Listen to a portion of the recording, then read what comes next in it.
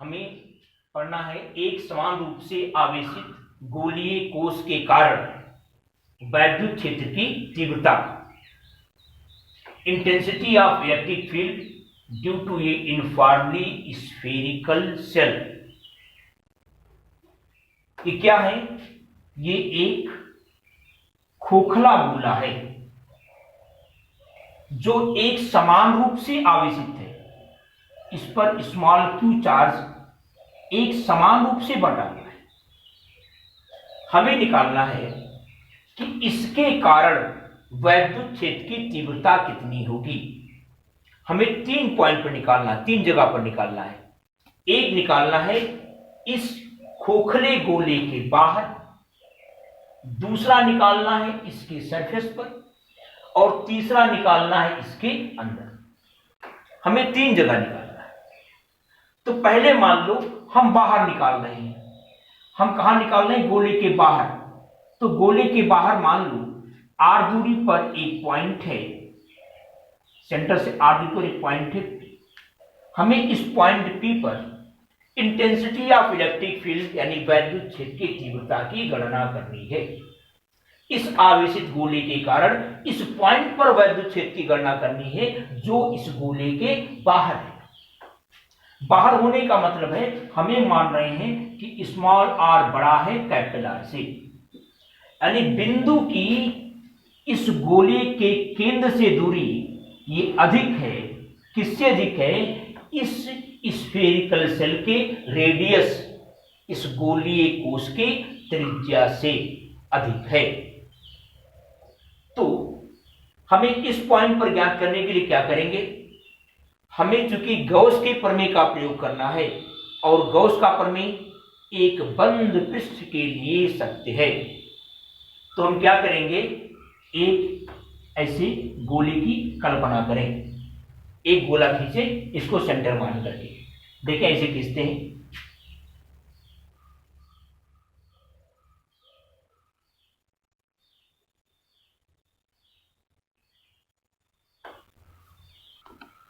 देखें तो हमने बिंदु P से होकर गुजरने वाला एक गोला खींचा जिसका सेंटर वही है जो इस गोले का है, यानी सकेंद्रीय गोला है। अब देखें हमें बिंदु P पर ज्ञात करनी है वैद्युत क्षेत्र की तीव्रता। तो क्या करें? यहां पर एक छोटा सा आप पृष्ठ ले लें, अति अल्प, इस काल्पनिक गोले का एक छोटा सा पार्ट, वेक्टर dA। तो वेक्टर dA की डायरेक्शन किधर होगी? हमेशा तल के लंबवत, यानी त्रिज्या के अनुदिश, क्योंकि गोले पर लंब हमेशा सेंटर से होकर के जाता है। तो ये हो गया वेक्टर dA की डायरेक्शन। इस पॉइंट पर अगर हमें वैद्युत क्षेत्र की तीव्रता कैपिटल E की डायरेक्शन ज्ञात करनी है, तो चूंकि इसके बाईं ओर है आवेश, इसलिए वैद्युत क्षेत्र इसकी ठीक दाहिनी ओर होगा, यानी ये वैद्युत क्षेत्र की दिशा। तो यहां देखें, तो यहां पर E व D एक ही डायरेक्शन हो जाएंगे। फिर से देखें, E की बात हमेशा जो E की डायरेक्शन होती है वो पॉजिटिव के विपरीत दिशा में होती है। यानी आप देखें यहां अगर प्लस आवेश है तो वैद्युत क्षेत्र हमेशा इससे दूर की ओर होता है, अगर नेगेटिव होगा तो उसकी ओर होगा। तो चूंकि इस पॉइंट पर देखें, इस पॉइंट से पॉजिटिव चार्ज बाईं ओर है तो वैद्युत क्षेत्र की दिशा इसके ठीक विपरीत होगा। तो इस छोटे से पार्ट से, इस छोटे से एरिया से गुजरने वाला जो वैद्युत फ्लक्स होगा, अगर उसको हम d phi e मान लें तो d phi e is equal to हो जाएगा E डॉट dA बराबर E dA cos थीटा, और यहां थीटा का मान कितना होगा? 0 डिग्री होगा, क्योंकि दोनों एक ही डायरेक्शन में है। E dA cos 0, cos 0 का मान कितना होता है? 1 होता है, तो हो जाएगा E dA। ये हो गया d फाई ई बराबर डी फाई ई का मतलब इस छोटे से अल्पांश से, इस छोटे से पृष्ठ के पार्ट से गुजरने वाला वैद्युत फ्लक्स। तो पूरे इस गौसियन पृष्ठ यानी पूरे इस काल्पनिक पृष्ठ से गुजरने वाला फ्लक्स कितना होगा? तो अगर उसको हम फाई ई से डिनोट करें तो फाई ई क्या होगा? इसका समाकलन कर लिया जाए, किसका? डी फाई ई का। पूरे पृष्ठ के लिए क्लोज्ड सरफेस इंटीग्रल, पूरे पृष्ठ के लिए समाकलन आपको करना है, इंटीग्रेशन करना है। E D A. अब देखिए ई तो कांस्टेंट होगा क्योंकि इस काल्पनिक गोले पर आप कोई भी पॉइंट लेंगे, सारे पॉइंट की दूरी यहां से क्या होगी? समान। तो इसलिए ई का मान कांस्टेंट होगा, तो ई को हम बाहर कर दे रहे हैं। ई डी डीए का समाकलन करेंगे तो क्या आएगा? पूरे काल्पनिक गोले का क्षेत्रफल, और इस पूरे गोले का क्षेत्र कितना होगा? 4 पाई आर स्क्वायर। तो फाई ई बराबर आपका क्या आ गया है? ई इंटू इसके स्थान पर जाएगा 4 पाई आर स्क्वायर। ये इक्वेशन 1 हो गया।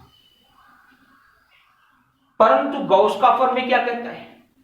गॉस थ्योरम ये कहता है कि phi E is equal to होता है q by epsilon naught. Q माने क्या है? उसके अंदर उपस्थित कुल आवेश। तो इस काल्पनिक गोले के अंदर कितना आवेश है? क्यू। तो इसलिए फाई ई बराबर होगा क्यू बाई एप्सिलॉन नॉट। तो इक्वेशन 1 और इक्वेशन 2 से देखें, दोनों फाई ई के बराबर है, तो दोनों का दाहिना पक्ष बराबर हो जाएगा। E into 4 pi r square is equal to q by epsilon naught. तो ई बराबर होगा 1 by 4 pi epsilon naught q by r square. हमने ये पहले पढ़ा है कि अगर कोई पॉइंट चार्ज हो तो इस पॉइंट चार्ज के कारण आर दूरी पर अगर कोई बिंदु हो तो उस बिंदु पर ये कोई पॉइंट चार्ज है, इसका आवेश कितना है? क्यू है। यहां से आर दूरी पर वैद्युत क्षेत्र की तीव्रता कितनी होती है? 1/4 pi epsilon naught q by r square. अब वो ये भी आया है, अर्थात इस गोले के कारण इस पॉइंट पर वैद्युत क्षेत्र उतनी ही होगा जितना कि इतना आवेश अगर सेंटर पर रखा हो, ये पूरे गोले के आवेश के बराबर आवेश अगर सेंटर पर रखा हो तो इसके कारण इस बिंदु पर भी वैद्युत क्षेत्र की तीव्रता वही आएगी। इसका मतलब है कि ये जो गोला है, आवेशित जो गोला है, ये ऐसे ही बिहेव करता है जैसे सारा का सारा आवेश सेंटर पर हो, यानी सेंटर पर मान करके आप फार्मूला यूज कर सकते हो। यद्यपि आवेश है कहां? पृष्ठ पर, लेकिन व्यवहार ऐसे करता है जैसे सारा का सारा आवेश कहां हो? गोले के केंद्र पर हो। ये फर्स्ट पार्ट हो गया। सेकेंड पार्ट देखें इसका कि जब बिंदु कहां हो? गोले के पृष्ठ पर ले, यानी ये बिंदु यहां ना लेकर के हम यहां ले, गोले के पृष्ठ पर ले। तो अगर हम गोले के पृष्ठ पर लेते हैं तो सब चीज वही होगा। क्या अंतर आ जाएगा? जहां स्मॉल आर है वहां कैपिटल आर हो जाएगा। तो गोले के पृष्ठ के लिए यानी जब स्मॉल आर बराबर कैपिटल आर हो, कहने का मतलब स्मॉल आर क्या था? इसके सेंटर से बिंदु की दूरी, इसके सेंटर से बिंदु की दूरी त्रिज्या के बराबर हो, यानी ये बिंदु कहां हो? गोले के पृष्ठ पर हो, कहीं भी गोले के पृष्ठ पर हो।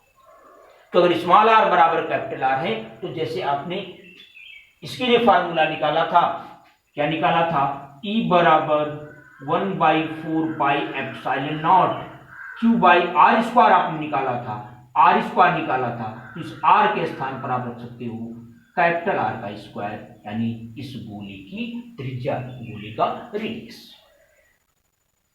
ये सेकेंड पार्ट हो गया। अब थर्ड पार्ट देखते हैं।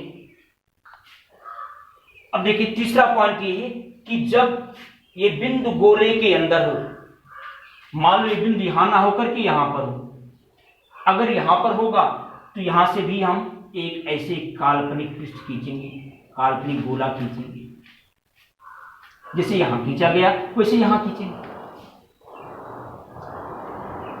तो यहां खींचेंगे तो यहां भी ऐसे ही लेंगे अल्पांश जैसे यहां लिया गया था, एक छोटा सा क्षेत्रफल का सदिश लेंगे।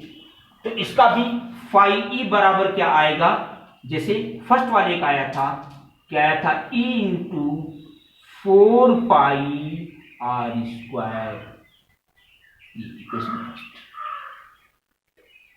फिर देखें गॉस के प्रमेय के अनुसार, परंतु गॉस के प्रमेय से, गॉस का प्रमेय क्या कहता है कि फाई ई बराबर होता है, यानी कि इलेक्ट्रिक फ्लक्स बराबर होता है, क्या होता है, उस काल्पनिक पृष्ठ के अंदर उपस्थित आवेश बटे एप्सिलॉन नॉट।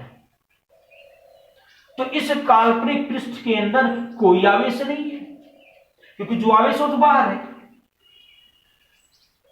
अब गॉस का प्रमेय कहता है कि उस काल्पनिक पृष्ठ के अंदर उपस्थित आवेश बटे एप्सिलॉन नॉट।